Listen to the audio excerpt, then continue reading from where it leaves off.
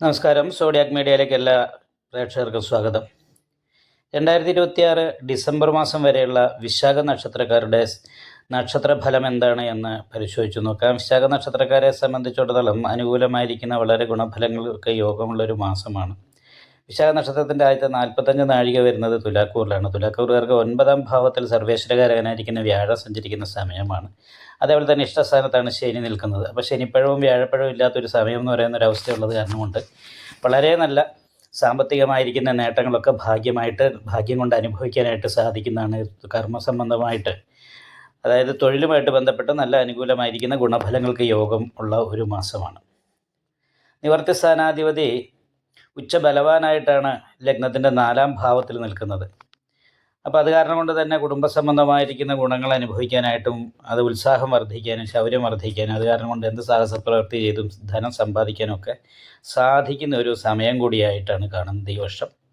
എന്നാൽ ഏപ്രിൽ മാസം മെയ് മാസമൊക്കെ ഒന്ന് ശ്രദ്ധിക്കേണ്ടി വരും. കാരണം എന്താ വെച്ചിട്ടുണ്ടെങ്കിൽ 5ാം ഭാവത്തിലാണ് ആദിത്യനും ബുധനും ശുക്രനും രാഹുവും കൂടി നിൽക്കുന്നത്.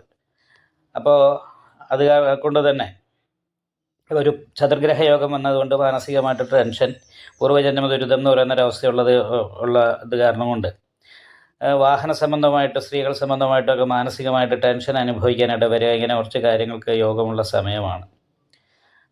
അത് കാരണം കൊണ്ട് തന്നെ മെയ് മാസം വരെയുള്ള സമയം ഇതുപോലെ കുറച്ച് പ്രതിസന്ധികളൊക്കെ ഉണ്ടാകും. കുറച്ച് ശത്രുദോഷം പോലെയുള്ള കാര്യങ്ങൾക്കൊക്കെ യോഗം ഉണ്ട്.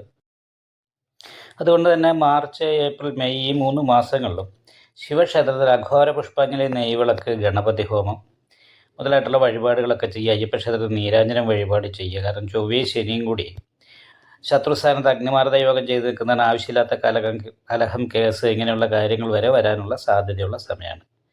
അപ്പം അതിനുശേഷം കാര്യങ്ങളൊക്കെ വളരെ അനുകൂലമാണ്. എന്നാൽ ജൂൺ മാസത്തിൽ 10ാം ഭാവത്തിലേക്ക് വ്യാഴത്തിന് മാറ്റം വരുന്നുണ്ട്. അപ്പോൾ അത് കാരണം കൊണ്ട് കുറച്ച് വ്യാഴപ്പഴമുള്ള കാരണം ജൂൺ മാസം മുതൽ ഇങ്ങോട്ട് വിഷ്ണു ക്ഷേത്രത്തിൽ നെയ്വിളക്ക്, ഭാഗ്യസൂക്താർച്ചന മുതലായിട്ടുള്ള വഴിപാടുകളൊക്കെ ചെയ്യാനായിട്ട് ശ്രദ്ധിക്കണം. പിന്നീട് ഇങ്ങോട്ട് ഒക്ടോബർ മാസം വരെ ഈ വ്യാഴപ്പഴവിൻ്റേതായിരിക്കുന്ന ദോഷമുള്ള കാരണം ഒക്ടോബർ മാസം വരെ ഈ പറഞ്ഞ പരിഹാരങ്ങൾ ചെയ്യുക. അതുപോലെ നാഗപൂജ ചെയ്യാനും മറക്കരുത്.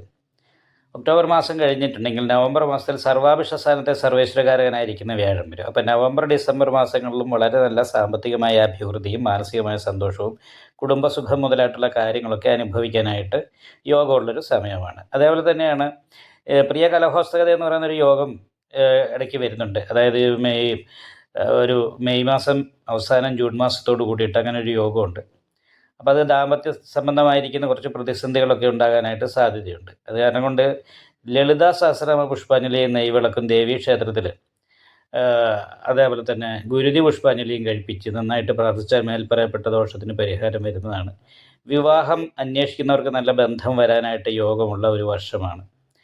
ആഗ്രഹിക്കുന്ന എല്ലാവരും അനുകൂലമായിരിക്കുന്ന ഗുണഫലങ്ങൾക്കും യോഗമുണ്ട്. ഭൂമി വാങ്ങുക, തറവാട് സ്വത്ത് കൈവശം വരിക, ഇങ്ങനെയുള്ള കാര്യങ്ങൾക്കും കൂടി യോഗമുള്ള ഒരു വർഷമായിട്ടാണ് ഈ മാസം.